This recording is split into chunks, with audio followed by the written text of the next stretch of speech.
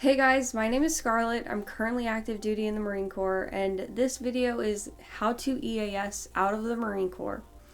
I purposefully am making this video because I know that during the beginning of my EAS process, I didn't know exactly who to speak to at first about getting into TRS or what I could do during TRS or even like what to do after TRS and VA claims and such. So I hope that this video helps some of y'all that are EASing right now that have maybe stumbled across this video and relieve some of that stress that comes with getting out of the Marine Corps. So during this video, it's all recommendations. Some of it is factual and some of it will apply to you. Each base and each unit I feel like does things a little bit differently, but the majority of what I will be telling you will be something that you will be able to do when you start your EAS process. So I hope that this video helps, and let's get started with some of this information. Okay, so the first thing that you're gonna wanna do is do TRS. You can begin TRS as early as 12 months out from your actual EAS date. So what that means is that I would honestly start TRS as soon as possible. So 12 months out, I would probably do TRS. Now, I wouldn't do TRS like less than 6 months away from your EAS date. It just makes more stress, and if it can be avoided, then avoid it. If you can't avoid it, like doing it within like at least 6 months, then hey, I mean, shit happens. So as long as you get it done, then you're on the right track. So with TRS being the first thing that you want to do, there might be a couple questions that you might, want answered. So who do you talk to about TRS? What happens in TRS? Like, what are the steps? How many things do you have to do for TRS? And then maybe like who to speak to. Don't know if I already said that. What can you do during TRS? And then what's after TRS? So I'm going to answer a few of those questions for you real quick. So who you'll want to speak to about TRS is your UTC. So your UTC is your Unit Transition Coordinator. Mine just so happened to be in my company office. I don't know if that's exactly where the UTC is exactly like constantly, but if you asked me, that's the first place that I would check, is more than likely your company office. So during TRS, there are about 3 steps of TRS as a whole. So you have your initial counseling, your precept class, and then your TRS itself. So during your initial counseling is when they will give you a packet, or your UTC might give you your packet before you actually see the person for your initial counseling.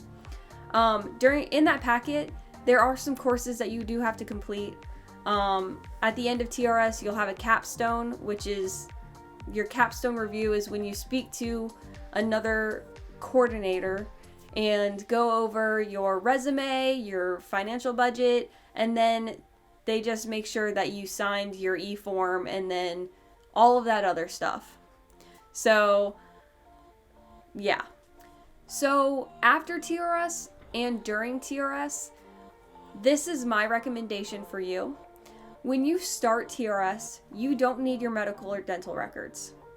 So, what I recommend doing is going to check out your medical and dental records, both of them, taking them to your naval hospital. There will be an outpatient area.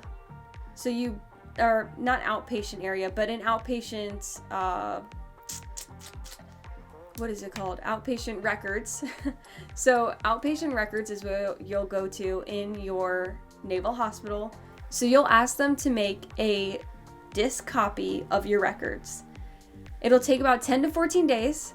So while you're doing TRS, that can be done. This disk will be eventually used for your VA claims. So you might as well get it done sooner rather than later, because in fact, you do not have to have a final physical to start your VA process. So after you have TRS completed, your next steps would be to submit your outbound interview, to grab your unit checkout sheet and your IPAC checkout sheet. So submitting your outbound interview essentially is submitting for your terminal leave. So how you'll submit your outbound interview is you go into MOL, you go to your travel tab, and then you click outbound interview. You'll fill out all of that information, and then eventually there'll be a tab that will add up all of your terminal leave days that you'll have from when you submit your outbound interview. And it'll ask you how many days you want to take terminal and how many days you want to sell. So every unit's different. I know that a couple years ago, you weren't able to take regular leave once you submitted your terminal leave. At least that's what, I was under the impression of. But I do know that one of my best friends who is currently checking out as well was able to do 60 days of leave and then still had about 30 days as well, which they will be taking, in periods during the time that they have before their terminal leave starts. So after you submit your outbound interview, it's a little confusing. You can't really tell if it's actually been submitted in MOL unless you have permissions. So what I recommend doing is calling your S1, because that's who will receive it. Call your S1, ask them if they received your outbound interview. They'll let you know if you did or if they didn't, and then you may have to submit again. And then after that, your S1 will approve it or deny it, and then they will send it to IPAC, at which that point you can either call IPAC. I don't think IPAC calls you, so you can call IPAC, see if they received it, and then once they receive that outbound interview, you're able to go get the IPAC checkout sheet as well. Another thing to note is that when submitting your outbound interview, you do not need to have TRS done to do it, and you do not have to have your final physical done as well. Those are two fields within that outbound interview that you do not have to have filled out right away before submitting for your terminal leave. But if you do TRS first, then there's one thing. Another quick side note is that IPAC will want to receive your outbound interview at least 60 days before the start of your terminal leave. Meaning, depending on how many days you want to take, doesn't really matter. As long as you submit your outbound interview 60 days before that first day of your terminal leave. Not 59, not 58, it has to be at least 60 days. So once you have TRS done, you've submitted your outbound interview, maybe you didn't submit your outbound interview yet, maybe you grabbed your unit checkout sheet and your IPAC checkout sheet first, which you wouldn't be able to do without submitting your outbound interview. You can't grab your IPAC checkout sheet until that's submitted to them. So maybe you grabbed your unit checkout sheet before you submitted your outbound interview. I highly recommend doing SIF before any of those other checkouts on that sheet. Now the reason behind that is because SIF will take the longest. Make sure that you go to the SIF website, the website where you can schedule an appointment to do your SIF turn-in. Make sure that you do that. Don't make my mistake. I waited 8 hours. I got there at 6:50 in the morning, tried to turn in all my stuff, thought I'd get it done, waited 8 hours until my name was actually called. Because what happens is that there's a board up and your name will slowly be pushed back as those scheduled appointments pop up for that day. So make your appointment, do your SIF gear first, make sure that most of it's clean, because SIF normally takes the longest. They'll send you away if something's not clean.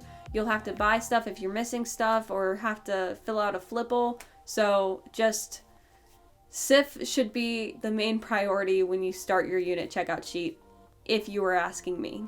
Okay, so let's talk VA claims. So, couple side notes.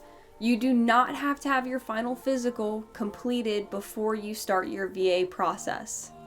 You can actually, as long as you turn in your records to get that disc made, you can bring that disc during your first appointment, which you will need it before you're not able to make an appointment until you have that disc. So once you get that disc, you can make your VA appointment. You do not have to have a final physical done.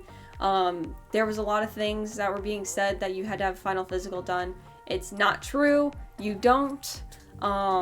So I didn't do this program. I just started my VA claim process through the center on base. But there is a program called Benefits Delivered at Discharge. I don't know too much about it. It's something worth looking into. I'm pretty sure you have to have at least 90, maybe 180 days from your actual EAS date to actually qualify to do this program. Don't quote me on that. I'm not 100% positive about that. That's just things that I was told that might be around that timeline. So once you have your first initial VA appointment, after that, what they do is they set you up with appointments to check for the things that you want to claim, essentially. So during that first appointment, they'll ask you general information about yourself, and then they'll ask you what you want to claim. Everything that you put on there that you say that you want to claim, if it's not documented, then they might have the doctor or whoever they get scheduled for you for your appointments for the VA claims check you out, essentially. Okay, so this is the very last thing that I have for you. Once you have your TRS completed, you have your unit checkout sheet completed, and you have your IPAC sheet completed, medical will want your records back. They will want to hold on to them until you are 5 days away from your actual terminal leave date starting. So you'll have to return your records back to medical. But once you have everything completed, on your IPAC checkout sheet, not the checkout sheet for the signatures that you need. They give you a couple different other sheets to sign and date and to get your S1 clerk to sign. One of those sheets, though, says exactly what you need on the day that you start terminal leave. Because the day that you start terminal leave, you will pick up a copy of your DD-214 and then check out on terminal. So with that copy also, if you have started your VA process, they will tell you that on the day that you start terminal, or maybe the day that you EAS, it's one of the two, you will have to bring that copy of your DD-214 to them because they're going to need it as well. So after all this stuff is done and you're on terminal, congratulations, you made it through the EAS process. It was definitely the most stressful thing that you probably could have thought would have been how to get out of the Marine Corps. But I hope that this video helped.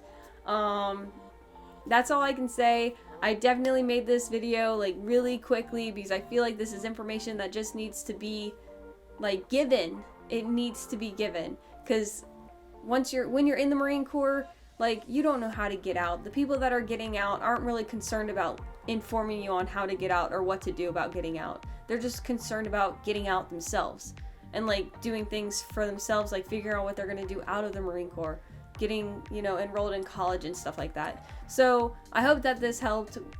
If it didn't, I'm so sorry that you watched this whole video. If you watched this whole video, if it did help though, awesome. I'm so glad that I could help someone. Stay tuned for more videos. I guess my next video will probably be going on terminal. So thanks guys. See ya.